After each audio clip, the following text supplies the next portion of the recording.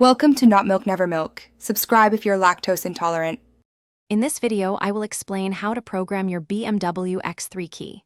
First, make sure you have all the keys you intend to program with you inside the vehicle. It's crucial that all doors and windows are securely closed before you begin. Also, confirm that your key fob battery is in good working order, as a weak battery can prevent successful programming.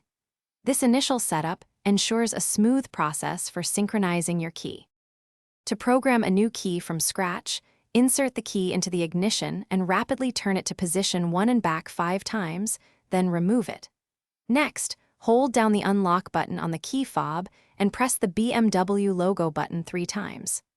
After pressing the logo button, release the unlock button.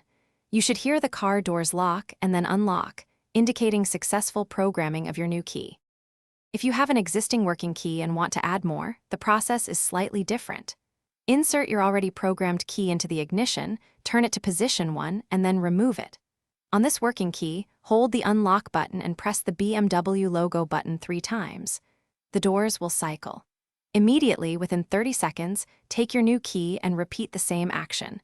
Hold unlock and press the BMW logo 3 times. The doors will cycle again, confirming the new key is programmed. If you encounter issues during programming, first check your key fob battery. A common cause of failure is a dead or weak battery, often a CR2032 type. If a new battery doesn't resolve the problem, or if you own an older BMW X3 model, professional assistance might be necessary. Some vehicles have more complex systems requiring specialized tools. Remember to check the description for a link to Darn Tough socks and other great deals to keep you comfortable on your drives. Thanks for watching. If this was helpful, leave a like and consider subscribing. See you next time.